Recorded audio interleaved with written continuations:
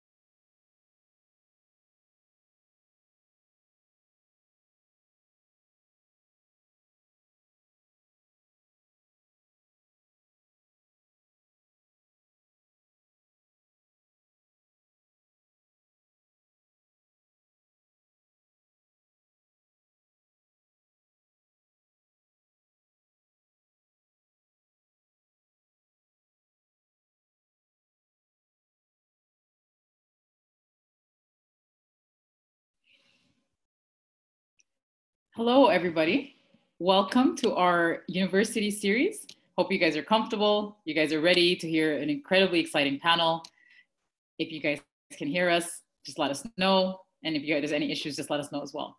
So welcome to our Fintech 101, introducing everybody to our sessions and introducing everybody into the Fintech ecosystem. This is the last of 8 series. So I hope you guys have been with us from the very beginning and have been enjoying the journey for us to go topic by topic and been really excited about all the different opportunities that we're finding that are available in Fintech. Before I introduce my lovely panels that will be there with us today, I'm going to quickly introduce myself. So if you do know me at this point, my name is Leila. If you don't know me, my name is Leila Hadi. I'm the Executive Director at Fintech Cadence. I'm also a professor at Concordia University. And I'm very, like I said, excited to be here and supporting and having and leading this conversation. But I also want to know who's here with us today. So we're going to quickly post a poll right now. So you'll see we're asking you 2 main questions. 1, what is your background? And 2, where are you based? So if you can just let us know who's here.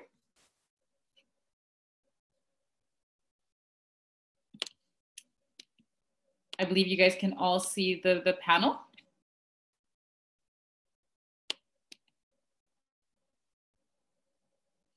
Sorry, if everyone can see the poll that's on there right now, you guys can just vote.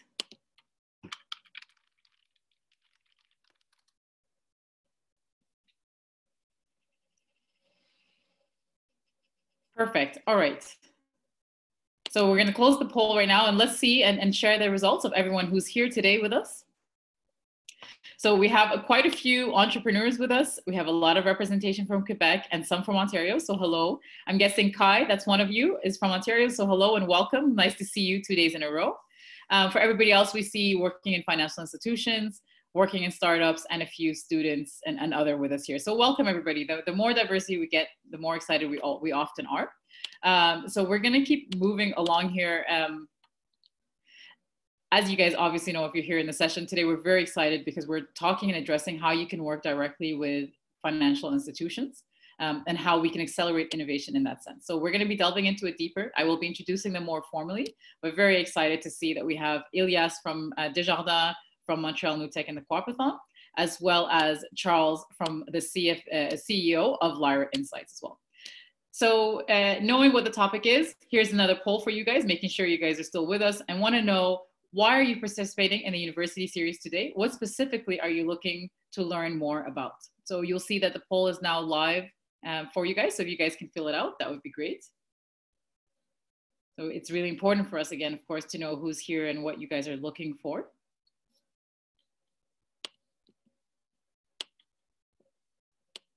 Perfect. And whenever we're ready, we're going to close the poll. So I'll give you guys 3, 2, 1. We'll close the poll and we'll launch that. So for all of us here, so we can see we're here to learn more about accelerated innovation with banks. And that's great, because that's exactly what the topic is. So I hope you guys get as much information as possible as you guys can. We will be opening it up for questions. So if there's anything that comes up, just let us know. All right, so let's do a quick introduction again to Fintech Cadence and who we are and what we're doing here. But before I do that, I also want to thank a lot of the collaborators that are working with us. So you'll see a list of the university clubs that have been supporting us throughout this program and throughout the University Series. It's been really great to see how we've been able to connect with them and for them to also bring their perspectives throughout the journey. Like I said, this is the last series, the last session of the series.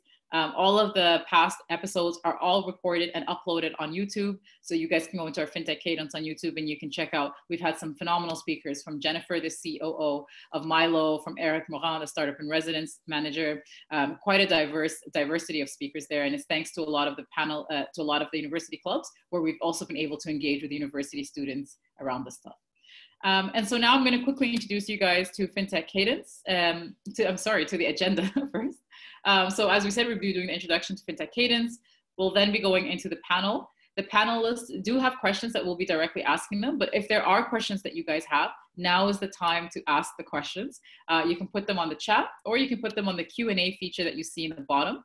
Like I said, we have Charles, who is a CEO of his own startup, and Ilias, who's been in the ecosystem for many years and works directly with Desjardins. So you can also understand from his perspective where we can really collaborate. Following that, we'll be doing the Q&A, and then we'll be closing it off with a few short announcements of things that will hopefully interest everybody that's here today. So now I want to introduce you guys to Fintech Cadence. The anticipation is what makes it exciting. So I know a lot of you guys know what Fintech Cadence is. I do see a few new faces and new names, I'm sorry. So what I'll do is I'll just quickly introduce you guys to what our organization is, and that is primarily an ecosystem builder. We're very grassroots level. Our main focus is really to try and understand and foster the Fintech ecosystem, whether it's trends or verticals or understanding what is really happening around innovation. And we do that through 3 main pillars. The first one is around education. We focus on educating, whether you're a student, if you're a professional, if you've heard of Fintech, if you've worked with Fintech, if you have no idea what Fintech is, we work on supporting and educating people around Fintech. The next pillar is one that's often affiliated with organizations like us, and that is the building and supporting of Fintech startups themselves. And so what we do is, if you have an idea where you say, you know what, I think this might be a really cool thing to do, or if you have a startup that's around pre-Series A, that whole journey and in between is what we will support you in doing it through various programs that we have, through our networks and our expertise. The last pillar that we have, and one that really helps form and strengthen the other 2, is the collaboration. We work directly with financial institutions. We ensure that we understand what challenges they may be facing or what opportunities that they might be able to come upon. And we try and connect them with the startups that are currently in the ecosystem or the talent that's working around it. And through these 3 pillars, we're able to unify all of them together to form what we believe is a really strong ecosystem at the grassroots level. So if you're new to Fintech Cadence, welcome. If you've seen and heard this pitch 1,000 times at this point, I hope it still excites you, and I hope that you're trying to find the program that will fit perfectly with what your needs are to hopefully get you to the next stage. But I did mention the support of building the startups. And that is really why I would like to introduce the next program that we have, which is the Formathon program. It's a Fintech competition. It starts very, very soon. Some of you guys, as I said, I know already registered. Some of you guys have been coming to our information sessions, so that's great to see. Very quickly, the Formathon is a 3-week open innovation competition, which means it's crowdsourcing innovation over the course of 3 weeks. Like I said, it starts on May 28th. It takes place on Saturdays and Wednesday evenings, culminating with a final presentation of the projects that you guys are going to be working on. There's prizes of $5,000 potential of being hired. And we're really focusing on working on challenges that are affecting today's environment. And I'll show you some of those examples really quickly right now. So these are the challenges that are presented during the formathon. I won't spend too much time here. I just want to let you guys know that our formathon is really focused on two main elements. The first one is building a startup. So you'll see the items that are highlighted in yellow fall under the startup track. Those are the challenges that you can come in, bring a team, find a team there while you're there, and then you can try and solve to build your own startup. Or then there's the research track, where the idea is how can I deep dive and delve a bit further into these challenges and then see where I can add more to it and develop it more. I do want to say there's quite a few prizes that are happening. The last challenge, number 7, how can digital identity introduce benefits and risk for consumers of financial products and services in Quebec and Canada? There's a $5,000 prize done directly by the authority, the AMF here in Quebec, the regulatory body. We also have AI Launch Lab that's supporting us in challenge number 6. And of course, we also have the Innovate Financial Health organization that's supporting us in challenge number 3. So these are the challenges that are presented in the formathon. If you have more questions about it, I'm happy to address it later. But I do quickly want to see what everybody's thoughts are on these challenges. So I'm going to put on a quick poll. And I just want to know, 1, are you interested in participating in the formathon? Are you registered? And from all of these challenges, which ones interest you the most? Yeah. So Omer, while everyone's filling out that poll, I will answer your question. You can register for the formathon still. I'll give you a bit more information and a discount code at the end of the session. And as well, there's a few information sessions and 5 cassettes coming up in the next few days. So make sure that you're also following that. So stay tuned for more information and details. We'll be sharing it on the chat and at the end. All right, Gigi, so I'm going to ask you now if you can please close the polls.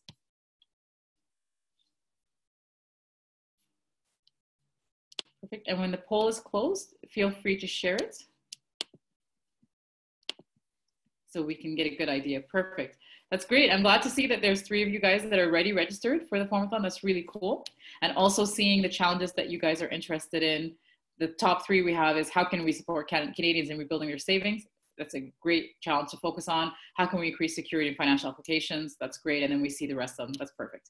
I do see a few of you guys have said that you're not sure if you're going to be interested in participating in the formathon. So if you do have questions about the formathon specifically, hold on to them and I'd be very happy to explain a bit more details to you.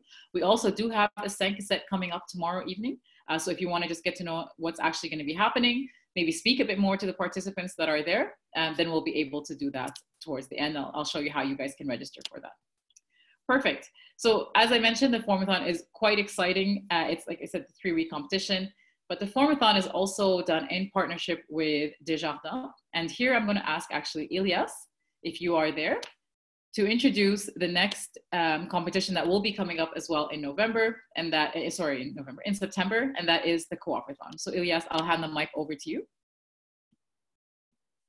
Thank you very much, Layal, and thanks you for having us today and for being a partner for a very long time, actually. Like I remember 3 or 4 years ago, we all started this whole Co-opathon story together, and you've been a strong and very, very strong community builder around the fintech ecosystem throughout Canada. And we're very, very happy that this year again, we're working together around that. I won't dive too much into details because I don't think that it's the purpose today, and we'll talk a bit throughout the conversation later on.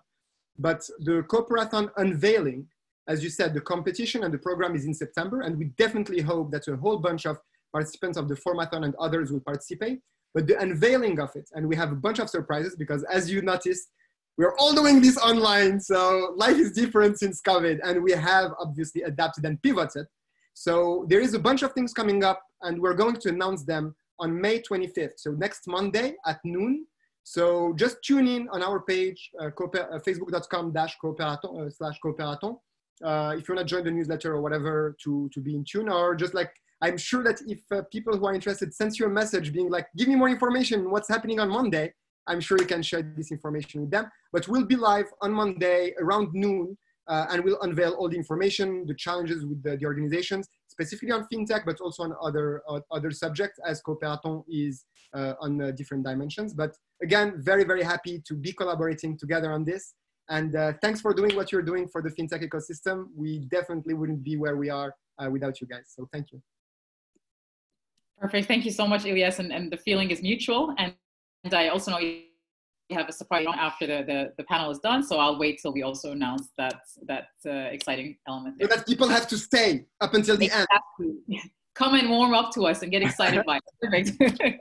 All right. Well, let's get into the actual purpose of this, why everyone is here today, and that's to get an idea of how to accelerate innovation and directly how to work with not only financial institutions, but specifically banks.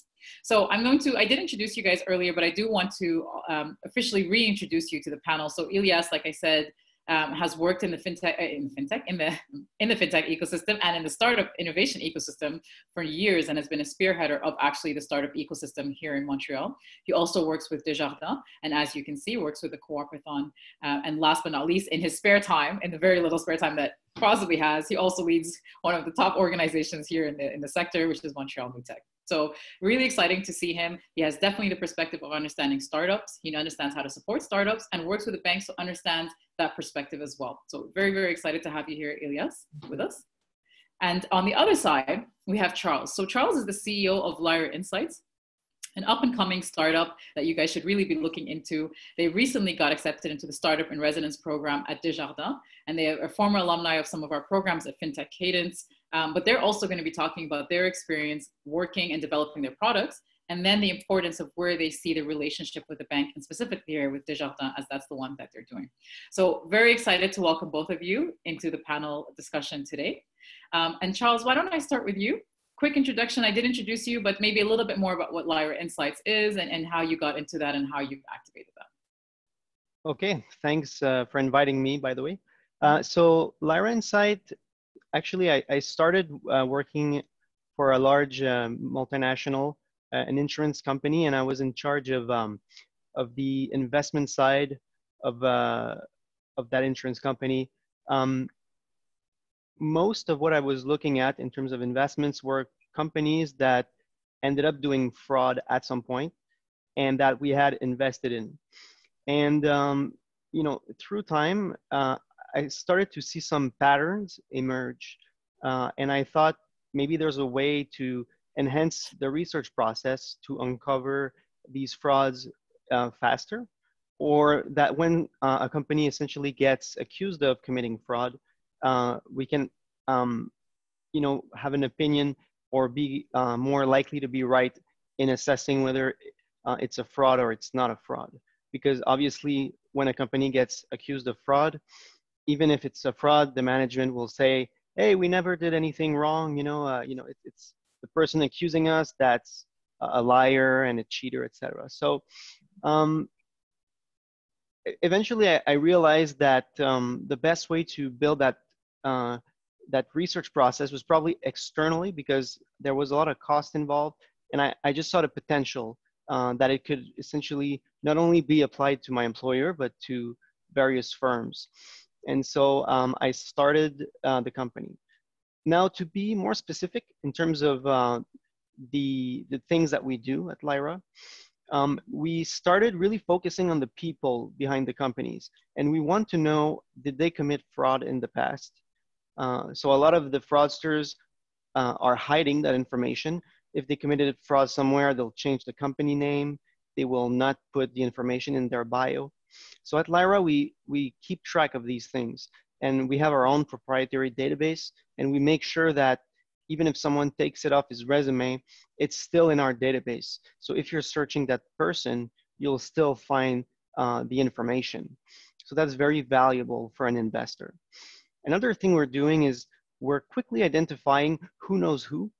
And the reason is that it can be a very relevant source of information to understand if there's potential conflict of interest between individuals running companies, and whether they could be colliding to commit fraud together.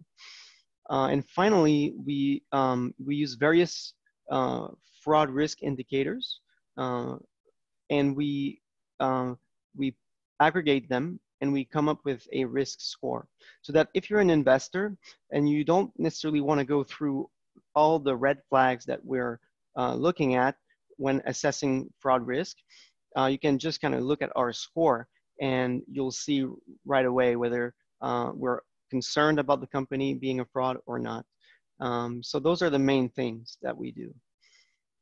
That's perfect. And there's lots of things we're going to explore a little bit later around the stuff that you're doing. It's phenomenal. Like I said, if you haven't heard of Lyra Insights, now you have. Make sure you follow them, and because they're going to be doing great things as they have shown us in the past and as they move forward as well. So thank you, Charles, for that wonderful introduction to you and to Lyra Insights. Pleasure.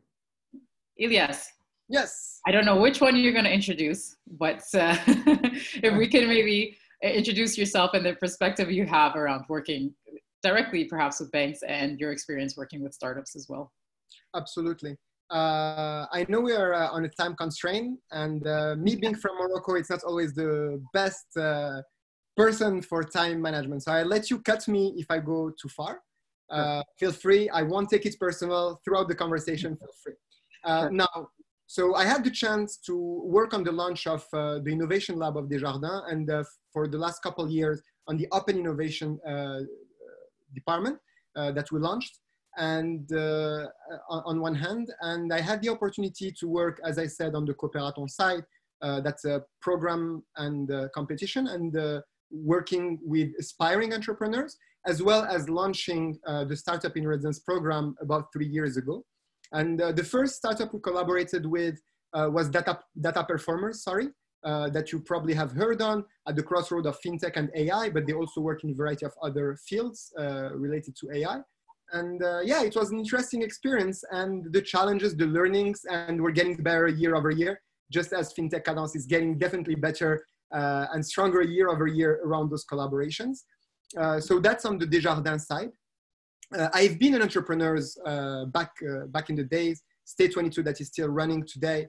And obviously like B2B sales, and I'm sure with Charles, we're going to have a few conversations on the challenges of B2B sales and how much time it takes to close a deal throughout the conversation. But those challenges also inspired me on how can we better, as a financial institution, be open and create the best environment, or trying to create the best environment to have those collaborations be mutually beneficial and be sustainable in the long run.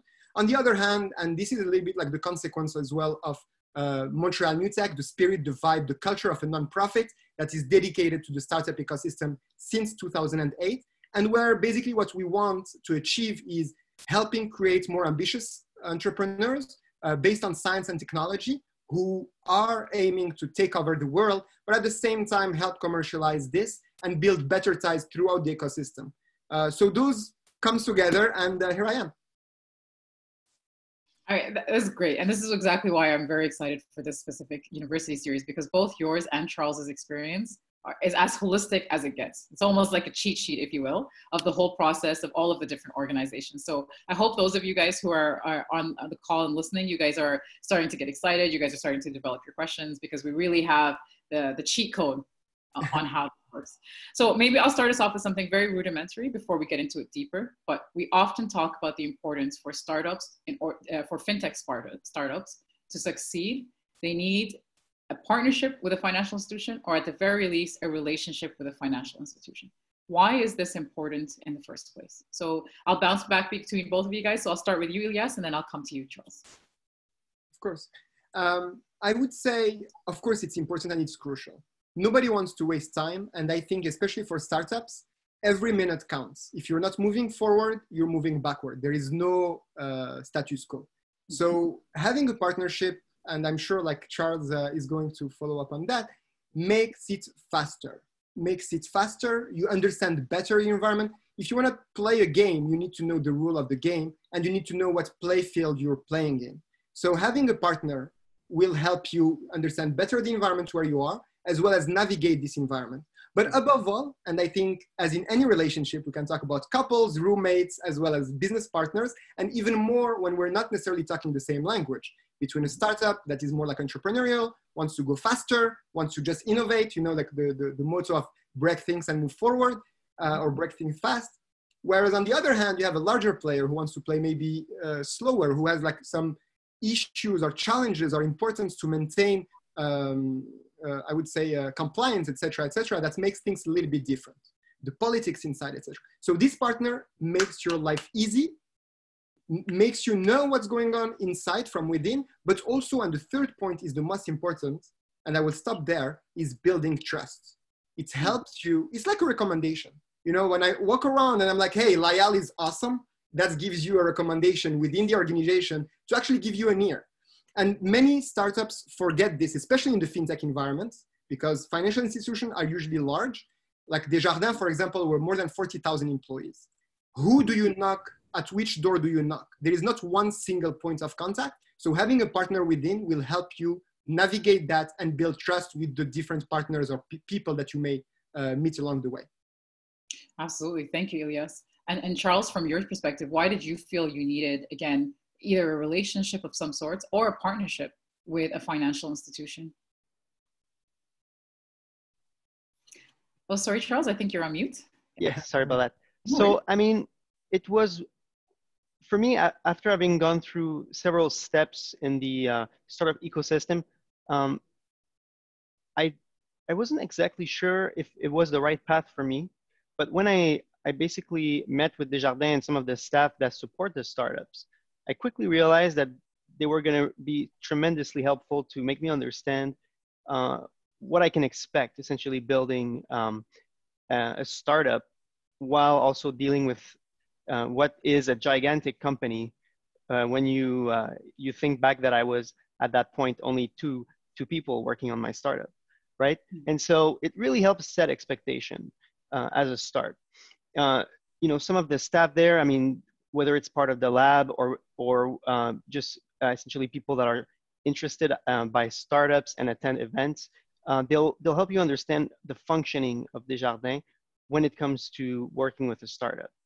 And that will be tremendously helpful because as Elias said, it's really a race. So you have to be very careful when it comes to setting different milestones, and you don't want it to take too long. You don't want to lose time, for example, building a product without having enough validation. And all of these components can make or break your startup. So you know, it was definitely something that was key to getting to the point where we are now. Another thing is direction, internal direction. I know who the people are at my previous employer, but I don't necessarily know, let's say at National Bank, where I would need, who I would need to speak with to get things going.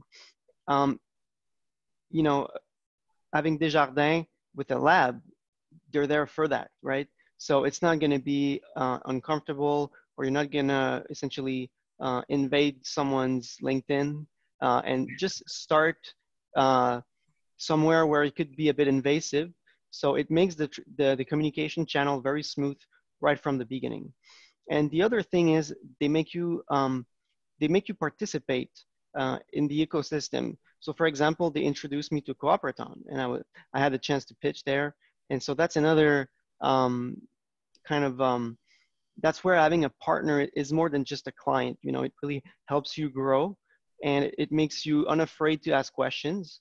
And even if you're small, you'll feel like you have someone that you can speak with and exchange ideas without necessarily risking to make your company less sexy by making them understand how small you are when you start, essentially, and how little resources you may have.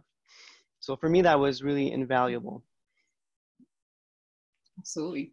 And thank you for that. I think one of the questions that a lot of people ask, that a lot of people ask when they're building those partnerships is, what is the stage I should be in to know that I'm ready to work with a financial institution?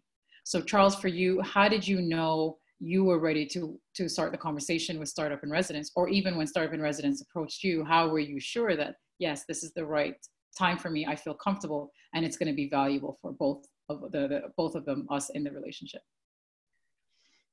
So I think the key milestone at this point is that, you know, when you're going to have a sponsor, it's going to be essentially an employee at Desjardins. And that employee has, you know, yearly goals, performance goals that's going to be tied to his bonus, to his potential growth inside the organization or outside. And so it's important to understand that. And the key differentiator there is that you're going to have to collaborate with that group or that individual in a way that will create value for the firm.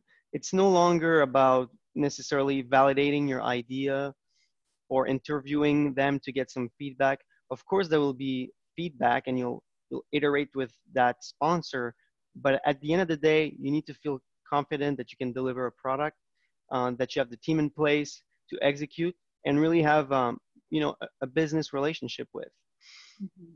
Alternatively, there's these other programs that we'll discuss later, and the expectations are not the same. They don't have this closeness to a client as a requirement to start the startup. So that's kind of, I guess, the main differential. Okay, perfect. And then Elias, from your side and what you've seen both in all of the organizations that you're presenting, even from Desjardins in general, at what point are you guys looking at at what stages are you guys looking at startup? Of course, I know the more advanced ones, but at what point do you say this is a startup we should be interested in? Because Yeah. Hello? This and this. Yeah. Yeah. Yeah, thanks. Absolutely. I would say it really depends. And I know nobody likes the answer, it depends, but life is all about it depends, truth being said. So there are two categories of startup, I would say, like overall. There are the good and the bad. No, I'm just kidding. Jokes aside, there are two categories of startups. There are the startups that are going to touch in the internal architecture of Desjardins, if we take Desjardins as a financial institution. So if the startup requires touching the actual internal infrastructure, then that's a whole world. If the startup is more like offering a service to our members or our clients that is more kind of as a self-sustained service, and I'm sure like Charles can tell us more about his own specific reality, then that's a little bit lighter. So if you touch, of course, like it's like getting inside your motor of your car. So if you're getting a startup that gets into this kind of like touch points within your actual architecture, it's another ball game, and you need the startup to be at a level of maturity that you can go through procurement, compliance, etc. That is, I would say in a nice way, a heck of a road. That's on one hand. On the other hand, you have like a startup that is just offering a service. We can like, for example, like, well, without diving too much into example, we can talk about a few examples. It may take longer, but those are like, if you're offering a service to our members, etc., it can be a little bit earlier stage. Now, in both cases, of course, what we want is not to waste startups' time. As I said earlier, we want as much as possible not to waste startups' time and say it as it is. So I'd rather work with a startup and say, I'm sorry, I cannot work with you because you're too early. But what we want is a startup that can have a pilot with us so that we don't waste their time. So at least at a proof of concept level, that gets interesting. So that's kind of the startup we want. Of course, we're always open to hear, and we have our Centre de Valorisation des Fintech with my colleagues Thomas Gagné, who also is working on scouting for startups. So always come and talk to us, but we may say no more often than we say yes. And that's where organizations such as Fintech Cadence come into play. And we believe strongly, and I'm not saying that nicely just because you're here, but that's what we say internally as one within Desjardins and throughout the ecosystem, is we need players like you to help the startups or the aspiring entrepreneurs to be at this level of readiness so that we don't waste the startup's time nor our employees' time. Because as Charles said earlier, if you're smart, you have to play the game where you align your objectives with the objectives of the interlocutor or the person you're talking with, because this person, he or she has aspirations of career, of performance, KPIs or whatnot. So always keep that in mind. It's not just about dating to have a coffee and a drink, but it's about actually doing business together. So that's the kind of level of maturity that we're looking for. But again, there were some that didn't even have a line of code, but it was strategically aligned or didn't touch at all to the architecture. So we were able to move it forward faster. We can talk about a couple examples if you want, but like I'll stop here. Yeah, I mean, it would be great to hear one example. So if you have one that you're comfortable with, let's hear it so we can also give the viewers an idea and conceptualizing. Absolutely. So you've probably, well, data performers I talked about earlier. So it's basically behavioral driven analysis to be able to anticipate and better serve our clients. At the beginning, they just had like the AI component. So they worked actually. And I would love, I think you already had Mehdi Merai and Amin Benayed, who are the founders. But basically the idea behind it is like earlier they were working in agriculture actually in California. But their technology allowed them to know and anticipate and forecast, and throughout the behavior of the crops, etc., be able to anticipate, basically. Mm-hmm. So we saw the technology being applied in one field, didn't have anything related to fintech directly, but we were able to extrapolate this technology and work with them to apply this technology in fintech. But because they already had a product related to another field and the know-how to actually adapt it to our fintech reality, we were able to work with them. And we worked over, it took a while, and I will let the punchline of Charles to tell us a little bit how do you sign contracts there, but it took a while, but we were able to work together. So that's one. That's touching more the internal work. We don't necessarily see it outside. Now, there is another startup that my awesome colleague, Eric Morin, is working with, and Deborah as well, who's leading the foundry. We can talk about that another time. But right now, I agree, for example, is basically helping us, normal people like me and you and everybody who's hopefully on this call, who's not reading their term of service. You should read them, but you don't have 2 days to read through them. So basically, this startup is trying to help users have a faster way to actually agree on those terms of service, knowing what's going on. And because Desjardins is a cooperative and we care about our members, we want to add as much positive value to them as possible. Now, this solution is not going to touch any architecture within Desjardins, of course. So right now, and I don't feel comfortable necessarily like going too much into details because this one we're actually working on with, but basically the idea is we need beta testers to be able to actually go through this solution and apply it potentially. So right now we are in the phase where my awesome colleague Deborah, if she's watching us, is working on internally to get this kind of like relationship within Desjardins, with Eric, etc., and get those beta testers going. But like it's easier because you're not touching any architecture issues. So that's like the kind of like where we can move a little bit faster. So for I agree, it went way faster than with others. Perfect. Okay. Yeah, absolutely. That was great. And I think the two examples are quite stark from each other. So it's great to see. And of course, we have Charles who's going through it as well. So there's another example there. I will come to speed in a little bit, but maybe what I'm most interested about, and both of you guys have touched on it, is who do you go to open the conversation with a financial institution or a bank? Now, for Desjardins, it's a bit of a different case because you do have startup in residence. And like you said, Charles, you do have the Desjardins Labs. Right? But now we have a few people listening. If they're like, I have a startup, I think I'm at the right stage. How do I even know? Instead of in lieu of drawing out the whole organizational chart of the bank, and you don't even know if the bank knows it, but just in general, draw out the whole organizational chart. How do I know who's the first person I go to? And you did mention organizations like us, and it's absolutely right. We are working on the readiness. I think where we need more collaboration and conversation is in, well, who do we funnel these people to? Who do we funnel the startup at which stage? And how do we know what you guys are looking for at any given time? So maybe I'll open it up to you, Charles, first, then we'll come to you, Elias. So just for clarification, just to go directly to Desjardins, right? Not necessarily the broader picture? Or? Yeah, for any financial institution. I mean, Desjardins we've touched on a little bit, but if you, like for you now, Charles, if you were to say, okay, I'm ready to speak to another financial institution. Right. So not all banks, that's first of all, not all banks I think are structured to make the process of being introduced to a potential sponsor as softly as Desjardins. I would say maybe national comes in second, but otherwise, I mean, you'll have to find who those people are, and definitely, I mean, Fintech Cadence, there are a few members there that can help you. They speak with all the banks. They attend events. I mean, they just know people, so they're great connectors. So I would definitely go to them. Otherwise, I mean, if you really want to do it by yourself, what you could do is just try to find out, you know, through an internet search, who the innovation type, who the labs are at these institutions, and just maybe shoot them an email. You have to have your pitch ready.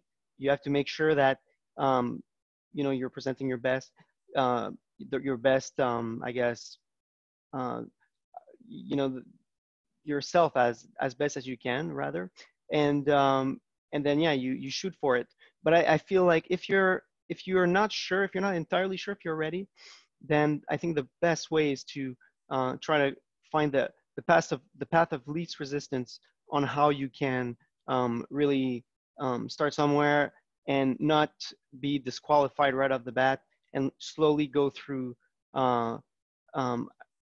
a longer process, yes, but you know, a process that will make sure that you can correct potential flaws that you have at, you know, at such an early stage in your startup, and essentially increase your potential success rate once you introduce yourself to the institution in question. So no, that's great. Thank you for that, Charles. Maybe I'll come now to you, Elias, from the perspective of you guys as a bank. How would they know who to approach? I would say it depends again. And sorry for answering this again this way, but in a nutshell, I would say if the financial institution has an innovation lab or have people who has a job related to innovation, start there. What I just said, start there. Mm-hmm. They are not necessarily the ones who are going to actually help you. The real person who's going to help you is the one who actually has the money. It's the one who actually has the pain points. So having a better understanding of those dynamics is key. And that's why like your organization, like yourselves, as well as like getting to talk to people like me, Charles, and sharing this kind of experience to know like the actual internals. Now, that being said, I say this and I'm working in an innovation space of the financial institution. Why I'm saying that is that my role and my job is to help the startup navigate within the organization. So I'm getting startups, I hunt for them, or they come find me, or like I'm here today being like, hey, we're looking for awesome startups to collaborate with. So hopefully some of your Formathon or other startups who are watching here want to collaborate. Now, that being said, we are a huge organization. And as Charles said, we're like 40,000 people. So if you know what your solution is solving, and hopefully you do, find the person who actually has a pain point there and get someone from the lab or yourself directly on LinkedIn or go through Fintech Cadence and ask an introduction to this person. And then ask someone else for an introduction to this person and then ask someone else and then send a direct message to this person. And then if the person or he or she doesn't answer, wait for 2 or 3 days and send it differently. And then if the person still doesn't answer, try to find an event or an online event like today on the Zoom thing and come and ask him or her a question. And make sure you are a blip on his or her radar. So that is key. You need to learn yourself to hustle inside the organization. I'm not saying we're useless, far from that.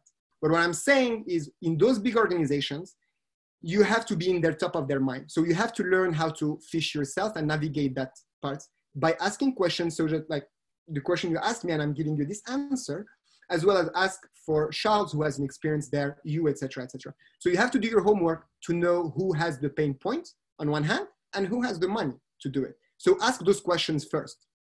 Absolutely. And you're hitting on some great things. Maybe if you, I know you guys are here to listen to both Charles and Elias, but I'll quickly also add is look for startups that also. Here to you. You have like many years of experience on both ends and negotiating deals and many things.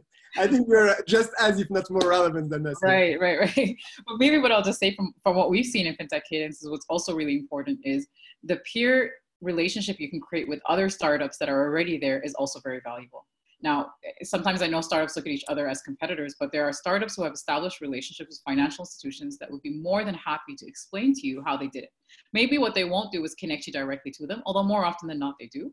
But what they will say is, this is the approach we did, this is what we took, and this is what you should consider. And there's quite especially, I'll speak here specifically for Montreal, although I'm guessing it goes across Canada. Startups are very happy to share their playbook because they do know once one succeeds, especially within FinTech, everyone succeeds.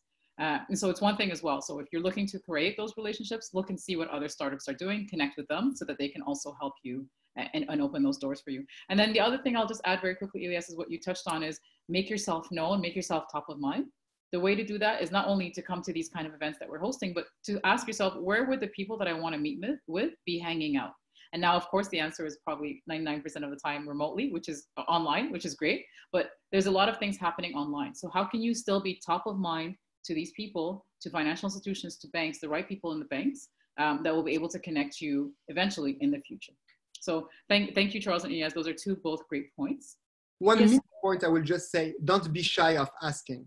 And there is the expression to say, ask for advice, you'll get money, and ask for money, you'll get advice. So ask for advice and don't hesitate. Don't be shy to ask. As you said, we're a beautiful ecosystem, and truth being said, we're very collaborative.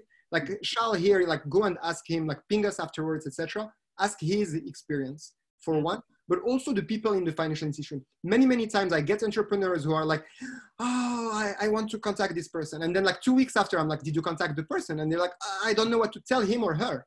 I'm like, come on, just send a message being like, hey, I do this. I feel like it may solve the problem that you have. Can we chat? Or like, who can I talk to that can have this problem solved? And that's it. Like, feel free to ask. Don't be shy. Don't be shy. Don't be shy. Absolutely. Maybe I would have something to ask, to add.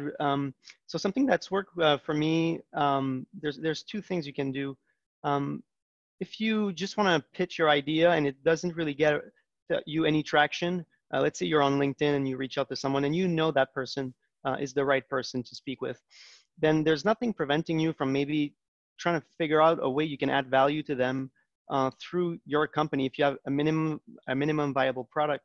In our case, we were identifying what investments some companies had made in the past, and we were building a small report, and we were showing them that there was this and this indicator that it was a fraud, and had they known that in the past, they would have probably not invested in that firm. And then we would just send these reports, and so for them, it was already showing value. Oh, okay, these guys can do something I cannot do, so I'll take that call. So that's something that actually was pretty efficient. Another way, and this is just something that has worked for me more than once on some even very large organizations, is you can just start the conversation where it's not so clear whether you're a client or whether you're a provider. And what I mean by that is that a potential, like someone that could be a client for you is naturally going to be somehow in this space that you operate. And you can ask them very interesting questions where they could maybe be your client. So for example, in our case, a company that has very strong accounting fraud detection skills. And we can say, would you guys be interested to maybe collaborate? Because we do have this fraud detection risk for people. So it could be very complementary. And then slowly what they find out is that, we could actually leverage that technology internally to help us find frauds in an easier manner. And so the conversation will slowly twist to a place where you're actually pitching to them. And so that's another way, just try like a hack that has worked many times. And I think the only way for you to find out what works for you is really to do it, and not be afraid of rejections. You can maybe practice if you have an ideal customer. Maybe you can practice with not your ideal, but find someone that a client that's not as attractive, but at least you can practice with. So that's another thing I'm really recommending. Okay, perfect. That's great. And that's what we're talking about, learning about the playbook, right? Is what worked for you. And that's great to hear, Charles. So I guess when you're having fun, time goes by quickly, because I've just been informed that we have only a short period of time, and that time should be allocated to the Q&A. So I will open the floor. I already see there's some questions coming in. I will open the floor to the audience for if you have any Q&A happening right now, please submit them in. I will go ahead and ask you the questions that we do have coming in, Charles and Elias, and then if there's any extra time, we'll go in, because we've only began to scratch the surface with this conversation. So the first question comes from Kai J from Toronto, and he's wondering if a startup wants to offer services in both Quebec and Ontario, what does a partnership with banks look like? So I don't know if Charles or Elias, if either of you guys want to answer that one. I haven't really faced that situation, so maybe Elias, do you have anything to? Yeah, absolutely. Actually, I would almost like to ask for a better understanding. Mm-hmm. What do you mean by offer your service in Toronto or in Ontario and Quebec? Do you mean from a legal standpoint, incorporation and like regulations, etc., or from a pure collaboration aspect? Because in the case of the pure collaboration aspect, and we can talk about further about that, but we're very open and we've worked with startups actually throughout the world. I'm not even talking just Toronto. And we have startups from Toronto within our Startup in Residence program. And potentially we can have like my colleague Eric Morin come for one or the other or next time to talk a bit further about the process of selecting them and how we work. And especially now with everything being online, actually it's even easier, because before we had like to bring them once a month or so physically, but now everything is remote. So at all, like from our standpoint, doesn't change anything. As I said earlier, we have my colleague Thomas Gagné, who also hunts, if I may, or works with startups throughout the world as well. So no issue if whether you are in Toronto or you're in London, Ontario, or in Shibugamo. It's fine.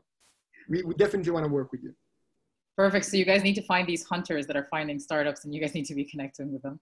Kai, I hope that answers your question. If you did mean something else, please let us know in the chat and we'll elaborate on that. The next question comes to us from Madame Elizabeth Layette. So she's wondering, how early in the discussion are you talking about the monetary value of the complete solution? So many fintechs are shy to talk about what a 3-year implementation looks like. I don't want to monopolize the conversation, but Charles, do you have maybe sharing your own experience on that aspect? I can jump in. I think it really you have to start with what potential value I'm adding to that client. And then you also have to think internally about your expenses, and you have to find a way to make it work. So I think as long as you can really convey that value, sometimes too it's intangible in that for us, I mean, we want to prevent fraud, but something that's a benefit that's not really quantifiable is their reputation risk if they invest in a fraud that turns out to be an obvious fraud. And that has happened in the past. So, you have to eventually try to pick up a number, show that your methodology to arrive at that number makes sense in the eyes of your client. And then you can start having a discussion about a compensation, or should you be able to deliver that value. Another way is, you mentioned over a 3-year period. I really recommend you do it in steps, because it's always easier to break down those 3 years into smaller chunks and to revisit each milestones. And, if you think you can add more value, then you can renegotiate, the addition of a certain feature in your product. But, you have to start with delivering value, just a little bit of value at first, something you can deliver within a short notice, because you don't want to create something over 3 years and, it's not what they wanted eventually, and then you basically lost all that time. So you make sure you have smaller deadlines, smaller milestones, and you build from that. That's my best recommendation. Okay, perfect. So more tangible milestones there. That's perfect, Charles. Ilyas, did you have anything else you'd like to add on terms of that? I would say it depends with whom, whether you're in Quebec or Ontario. I would say, I don't want to make a joke about it, but in Quebec, maybe like talking about money in general takes a little bit longer than in Ontario, for example. I think like knowing the culture. My advice personally would be not to shy away from talking about money, because whatever amount of money you're talking about is nothing if you're actually solving a problem. Those financial institutions has billions, but what you need to know though, before talking about those aspects, is at which level are you? Are you a nice to have? Are you a must have? Are you actually something that is almost like life depending on it? And like, for example, in the case of Lyra Insight, it's really a solution that bring us value. Same thing when we're talking about Flare system, for example. We didn't talk about it, but Flare system is around kind of like fraud related to dark web, etc. And those are like tangible issues that are at the core of what is a financial institution, which is basically a trust holder, or like a trust between the people and the citizens and the members and the organization. That's why people give us money. It's because they trust us. So if you can help us keep this trust and grow this trust and make sure that everybody love us in a way and maintain this trustworthy relationship, then yes, of course, you're at the core of it. So know first, if you're just like a nice to have, then maybe you should like find the person who you are actually solving a problem. That's kind of like my overall advice. I know it's kind of like more general, but I think like Charles like hit it on the nail. It's really about like the need and the right person you're talking to as well. Absolutely. And if I may actually, like a mini parenthesis is know the budget of the person. Like the person you're talking to, don't ask for like how much or whatever, but ask like what kind of money are they playing with? Because for someone like maybe they can play with $25,000 and do whatever they want with. for others, it's maybe $250,000. So if you know how much money they can play with no big repercussion or big like hierarchy issues, then you can start small and cut that file into like pieces, where the first one is like you do it easily, and then you get your name known within the organization. I think this is actually like more important than what I said earlier. Okay, your small parentheses is the right answer, basically. Yeah, exactly. Takes time. We have to think sometime. Okay, so we have only a few minutes left. I do want to say, I know this went by very, very quickly. I know you guys probably have quite a few questions. Actually, I see maybe we'll take one last question, Mohammed, and then we'll wrap it up there.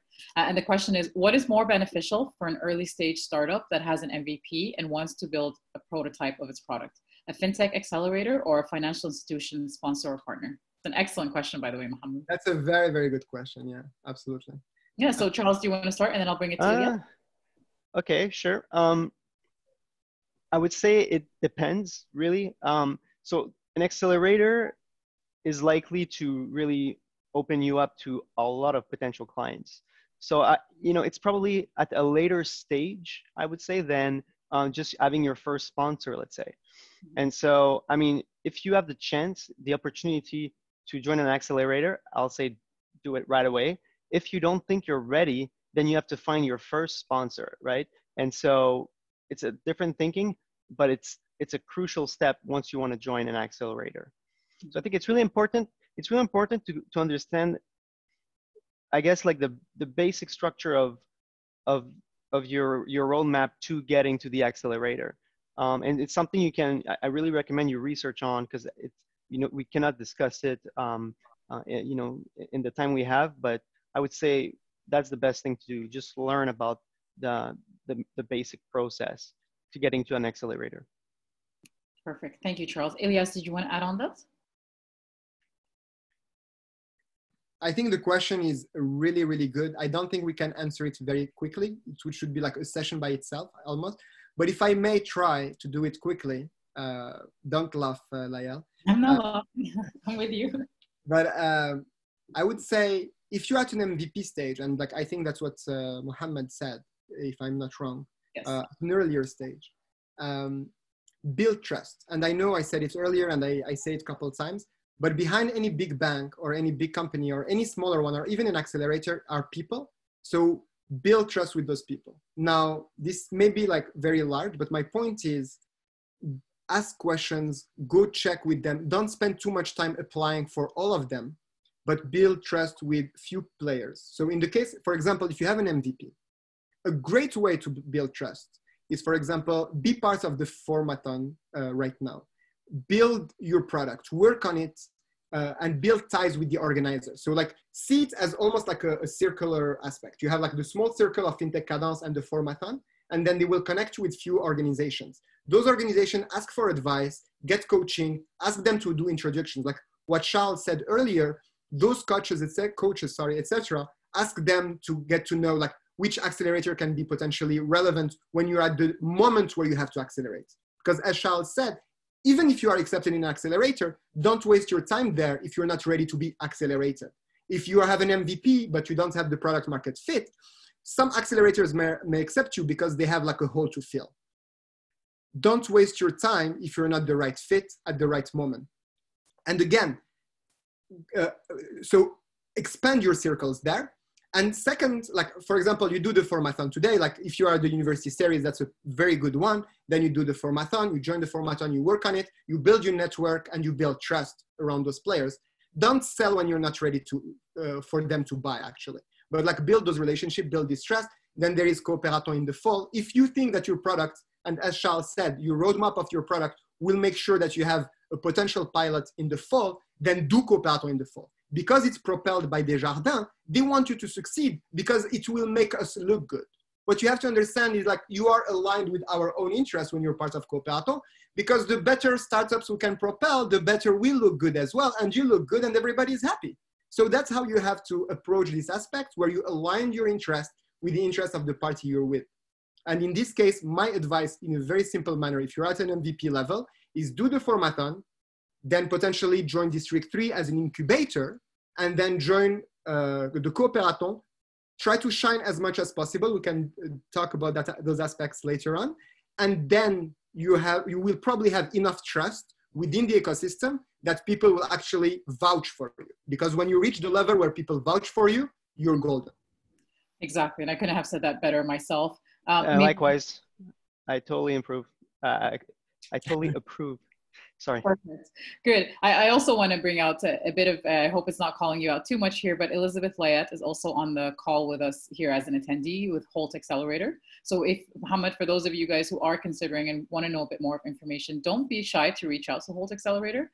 Talk to them. They're very friendly. They're big supporters of Fintech Cadence as well, and they understand the ecosystem very well. So if you do want to get a better understanding from the accelerator side of things, then reach out to, like I said, Elizabeth Layette. I hope you're okay with that. Reach out to us. We'll connect you to the right people at Holt so that you can ask your questions as well. Absolutely. And sorry, but like an important point, please don't be shy. Like the only thing I will reply and will say again, reach out to Elizabeth. If she's busy, she doesn't answer, reach out 3 times. If she doesn't answer, try 4 times, not at the same day, of course. But don't be shy to ask, because like worst comes to worst, she will just say, I'm sorry, you're not the right fit for Holt Accelerator. Go check back District 3 or go check back the Formathon or go check back something else. And she will help you navigate through the ecosystem, because that's how we will be able to build a better ecosystem and help you at the end of the day. There's also something I would add is, nothing prevents you from seeing the application form of an accelerator. And that's basically what they look at to decide to include you in the group. So there's no better way to see where you want to go and to make decisions when you can think of, okay, they ask you how much are your sales growth, your burn rate, etc. Then you have to start to model, this questionnaire into your own business, and you have to make sure that you're as presentable as you can be. So I really recommend check those application forms to know what to focus on. Exactly, that's perfect. Better to do it earlier than later. Yes, thank you very much, Charles and Ilyas. And just for everyone's attention, Elizabeth did share her email address so very generously on the chat, so you guys can reach out to her there. Perfect. Okay, so I do want to wrap up because we did say 5 o'clock, so I want to make sure everyone's there. So Ilyas and Charles, thank you so much. It's always great to have your perspective. I was just going to suggest it, but Ilyas beat us to it. So they did tell you, both Charles and Ilyas told you, don't be shy. So don't be shy. Reach out to them on LinkedIn. Ask them, talk to them, get a bit more advice, a bit more experience. Maybe if there's questions you didn't have a chance to address here, make sure that you reach out to them on LinkedIn and speak to them there a bit more. But thank you again on behalf of Fintech Cadence, Charles and Ilyas. It's always a pleasure to speak to both of you and hear more of your experience and your background as well. Very quickly, for those of you guys who are still with us, just wanted to remind you that if you are interested in the Formathon, you can see right there is a 30% discount code, so you can register. Gigi will also be posting it on the chat. So those of you guys who are interested can also do that there. The other thing I also want to remind you guys about the Formathon is if you just want to get a good idea of who's going to be participating, then come join us at the 5 Cassette tomorrow. It's going to be a lot of fun, very casual. Again, like we said, just to start seeing who are the participants, what are they doing, what are their backgrounds for you, whether you're registered or not registered, come join us in the 5 Cassette. It'll be a lot of fun. And then what we will do as well here is I will hand over the mic to Ilyas for the surprise announcement. So I won't take too much of your time because I know you are on schedule and you do an amazing work actually staying on schedule. I think the people at Montreal New Tech should definitely learn from you because we're always late. And so I'll try to make it, I'll try to make it short. But as I said earlier, the unveiling of Cooperaton is next Monday. We're very, very happy to announce that our goal is to have 10 challenges for September. But very happy to say that Hydro-Quebec again this year joined us. We have 2 other organizations, La Piscine, and another one that I'm going to keep for Monday because otherwise it's too many information for today and I have to say some good stuff on Monday. The platform will be very, very different this year. We're very excited. And what I love about challenges such as Hydro-Quebec is that yes, it's related to energy, but more and more we are at the crossroad between fintech and your personal finances. And they understand that there are huge challenges that are being faced today by citizens, you, me, and everybody alike, going through the crisis, the current crisis. And we all know that by September, hopefully we'll be out of it, but it will impact many citizens for the next 2 years. And there is a new president at Hydro-Quebec that really cares about that. So there is a lot of fintech there, even though it may not seem apparent. And I'm definitely looking forward to collaborate with aspiring entrepreneurs who want to have this kind of impact. I cannot say everything, but I know that fintech people and you love data and love hopefully open data. So we have awesome things coming up in that regard, and people who are data driven will have a bunch of things to play with. That's all I can say, unfortunately, because otherwise my colleagues will kill me. Perfect. So I do want to maybe click on, mention one thing here. I think the time of us, and I think what we're all realizing in the sectors of saying we're only fintech, we're only this, is now over. I think the time of cross collaboration, not only in our verticals, but across industry is very, very key. There's elements, I mean, fintech is basically at its very core, financial technology. So anyone who's offering technology and financial services, no matter what sector, no matter what ultimately is the product, can be considered fintech, and is very key. So it's really important that we keep that in mind, and we all check out on Monday, May 25th, check out all the Cooperathon announcements. It's gonna be very exciting. We are working with them this year as well. So always happy to support and see them. And this year, I'm sure it's gonna be better than ever before. And they already have a very difficult competition with themselves from last year to beat last year's quality and level as well. So we'll be sharing all of that information, of course, in due time. But in the meanwhile, don't forget to go on May 25th and check out their announcements of the launch of the Cooperathon. Yeah. Perfect. With that being said, I just want to thank you guys again for everything. If you do have any questions or need anything, please let us know, contact us, reach out to us. We're always happy to get a hold of you, and for you to get a hold of us. And hopefully I'll see most of you guys tomorrow at the 5 Cassette and at the Formathon. And if not, then I'll see you guys on May 25th at the launch of the Cooperathon. Let's have a drink together tomorrow. Yes, let's do Let's that. wait. Thanks very much, Charles. Thank you very much, Elias. Have Pleasure. a great Thank you so much for having us. Merci beaucoup. Merci, Bye-bye. Charles. Thanks. Likewise. Bye. day. Bye-bye.